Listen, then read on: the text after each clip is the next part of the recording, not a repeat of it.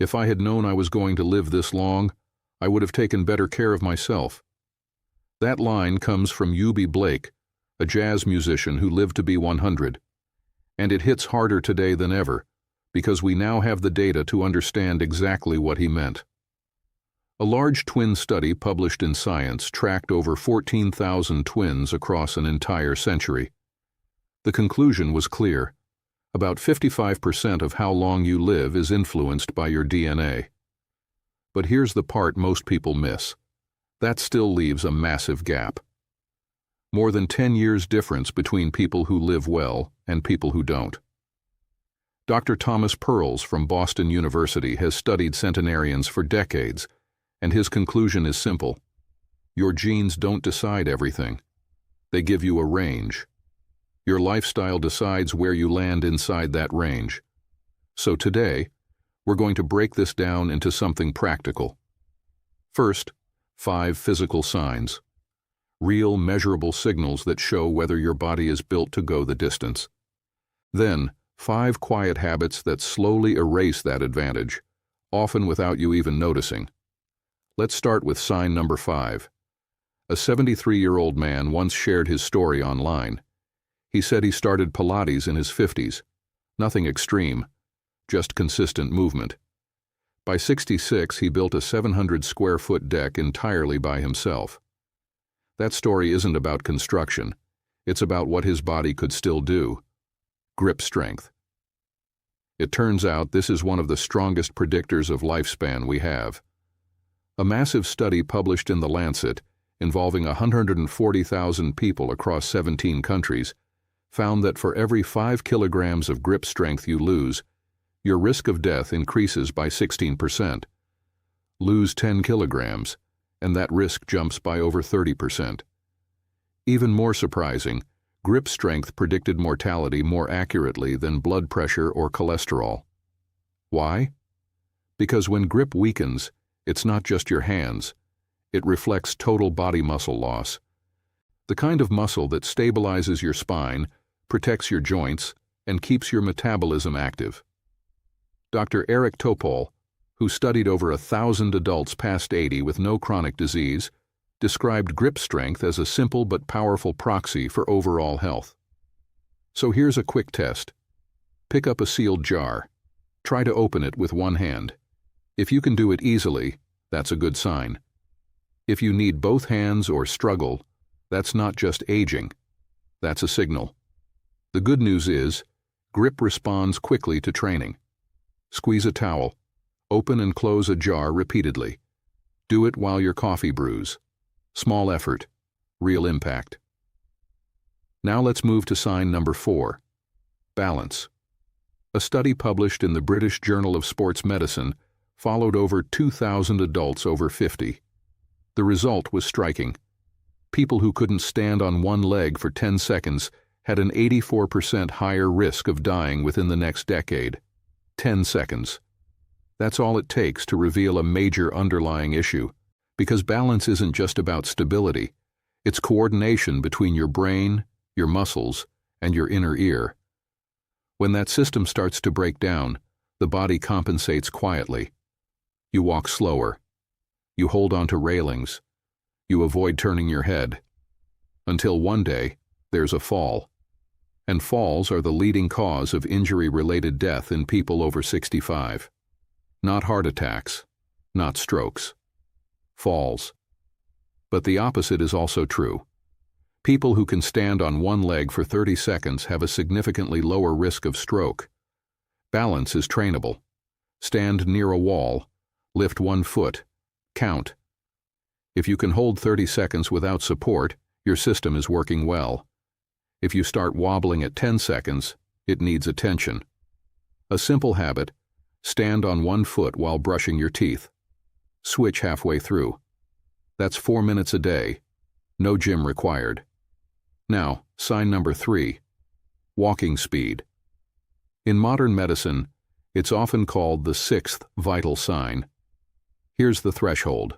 If it takes you more than 12 seconds to walk 10 meters, your risk of death within 5 years triples. If you can do it in under 8 seconds, your risk drops dramatically. But this isn't about walking fast for the sake of it. It reflects how well your entire system is functioning.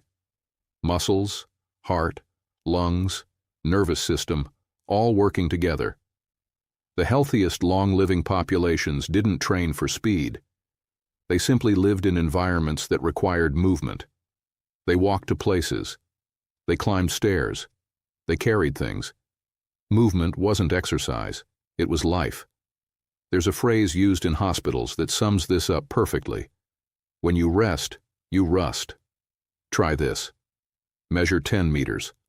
Walk at your normal pace and time yourself. Over 12 seconds? Pay attention. 8 to 12. Solid. Under 8? That's a strong signal your body is functioning well. Now let's move to sign number 2. Flexibility. A 78-year-old once wrote that he spends 20 minutes twice a day simply moving his joints. Nothing extreme. Just making sure everything still moves.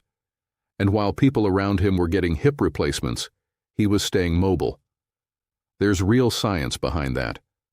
A study in the American Journal of Physiology found a strong correlation, 0.87, between body flexibility and arterial elasticity. In research, anything above 0.7 is considered strong. 0.87 is extremely high. What that means is simple. If your body is stiff, your blood vessels are likely stiff too.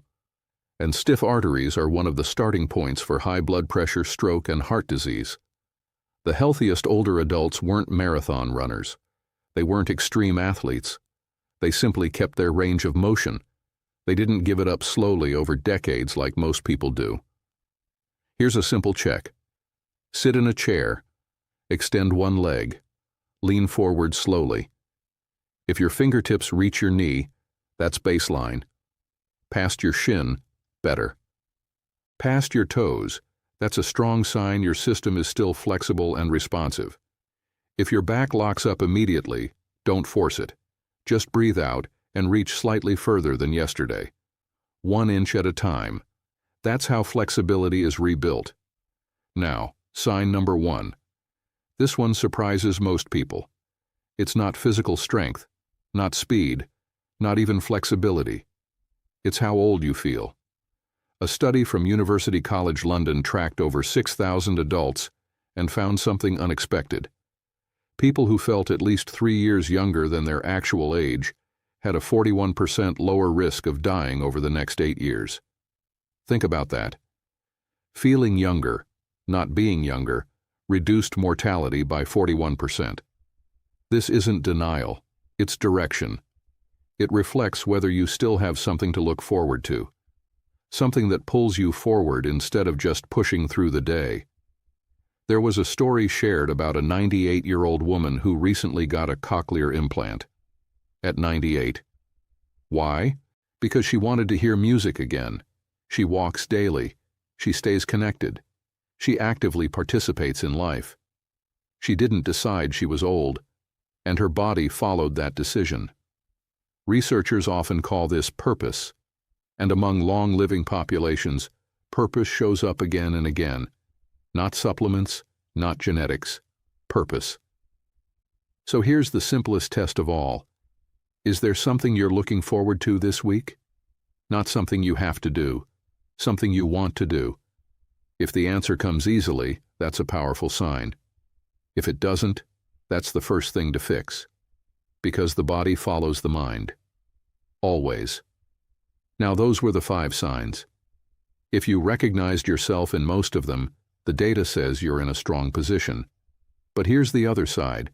Even people with all 5 signs can slowly lose them. Not through big mistakes, through small, quiet habits repeated every day. Let's go through 5 of them. The first one is sitting. A woman in her early 70s walked every morning, ate well, never smoked. She believed she was healthy. But when she tried to stand up from a chair 5 times without using her hands, she struggled to complete even 3. She laughed it off as age. It wasn't age. It was the other 23 hours of her day. 2 hours reading, 4 hours watching TV, more time on puzzles and phone calls, over 10 hours sitting. Here's the key idea. 30 minutes of walking does not cancel 10 hours of sitting. They affect the body in completely different ways. Long periods of sitting slow blood flow, accelerate muscle loss, raise blood sugar, and reduce oxygen delivery to the brain. That afternoon brain fog many people blame on aging? Often it's just lack of movement. The solution isn't complicated. 50 minutes sitting, 10 minutes moving. Stand up, walk around, move during phone calls. 3 months later, she repeated the test. 10 repetitions, no hands, no struggle. But what mattered most was what she said. I feel like I can take care of myself again. Because sitting doesn't take your health first. It takes your independence. The next habit is sleep. A man in his early 70s believed he had it under control. Same bedtime every night. Up before sunrise, 5 to 6 hours of sleep. He called it discipline. His body called it something else. Afternoon crashes, irritability, blood pressure slowly rising, blood sugar creeping up. After 60, your need for sleep doesn't decrease. Your ability to get it does. And that creates a dangerous gap. Because sleep is when the brain clears metabolic waste, when the heart recovers, when the immune system resets. Without enough deep sleep, those systems don't fully recover. You may feel like you slept. Your body knows you didn't. If you feel exhausted between 2 and 4 in the afternoon, that's not a caffeine problem. That's sleep debt. And caffeine only pushes the problem to the next night. Simple adjustments matter. Eat lighter 3 hours before bed. Reduce fluids 2 hours before. No screens 1 hour before. Write down tomorrow's thoughts. Close them. Leave them outside your head. Sleep is not passive. It's one of the strongest active tools you have for extending your health span. Now the next habit. Isolation. A woman in her late 60s lost her husband. She told everyone she was fine. Her days looked full, clean house, books, puzzles. But over time, something changed. Days without real conversation. Weeks without meaningful contact, unless she initiated it. She was busy, but she wasn't connected. A large meta-analysis involving over 300,000 people found that social isolation increases the risk of early death as much as smoking 15 cigarettes a day. Think about that. Loneliness isn't just emotional, it's biological. When connection drops, the brain reads it as a threat. Cortisol stays elevated, inflammation rises, sleep worsens, movement decreases. Everything starts feeding into everything else. And here's the mistake most people make. They confuse activity with connection. Watching TV alone is activity. Reading alone is activity. But connection requires interaction, voice, eye contact, shared presence. If your meaningful conversations this week can be counted on one hand, that's a signal. And the fix doesn't need to be dramatic. One new interaction per month, a phone call, a short conversation, a small step. Connection is built, not found. Now, the next habit. Diet that never evolved. A man in his 70s ate the same breakfast for decades. Whole wheat toast with jam, orange juice, low-fat yogurt, crackers. He was told at 40 that it was healthy, so he kept doing it at 75. But his body had changed. Joint pain, brain fog, fatigue that sleep didn't fix. Blood markers showed chronic low-grade inflammation. After 60, your metabolism shifts. Insulin becomes less efficient. Blood sugar spikes more easily. Foods that were fine at 40 can become daily stress at 70. Large, long-term studies show that people who reach older age without chronic disease tend to follow a simple pattern. More vegetables, more healthy fats, more protein, less processed sugar, less refined carbs. The adjustment doesn't need to be extreme. Replace juice with whole fruit. Swap toast for eggs and nuts. Eat heavier earlier in the day. Lighter at night. It's not restriction. It's updating your habits to match your current biology. And finally, the last habit. Chronic, low-level stress. Not big events, just the constant background noise of worry. A woman in her late 60s had stable finances, family support, no major problems. But her blood pressure stayed high. She felt tightness in her chest. Tests showed nothing serious, but her stress hormones were elevated all day. Not from crisis, from constant thinking, replaying the past, anticipating the future. After 60, cortisol doesn't clear as quickly as it used to. It lingers, and over time, it stiffens blood vessels, disrupts sleep, weakens immunity, and drains motivation. The goal isn't to eliminate stress, it's to stop being controlled by it. The shift that changed everything for her was simple, separating what she could control from what she couldn't. Her routine, her movement, her sleep, her actions. Those are controllable. The future, other people, the economy, not controllable. She stopped trying to solve everything in her head and started using her body instead. Walking, breathing slowly, being present, talking to someone. Months later, her blood pressure improved, her sleep deepened, and she said something important. The tightness in my chest wasn't my heart. It was everything I was carrying alone. So now you have 10 things. 5 signs your body is still strong. 5 habits that quietly weaken it. But if all of this had to be reduced to one idea, it would be this. A researcher once said, after studying healthy adults over 80 who had never developed chronic disease, we found basically nothing special in their genes.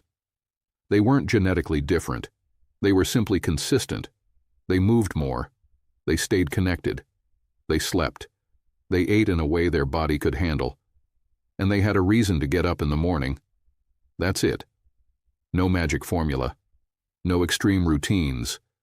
Just small actions, repeated daily. So pick one. Improve your grip. Practice your balance. Stand up more often. Go to sleep earlier. Make that call you've been delaying. Start there. Because once you start, your body starts responding. And over time, those small signals turn into real change. And if you want to make it real, write it down. What are you starting today?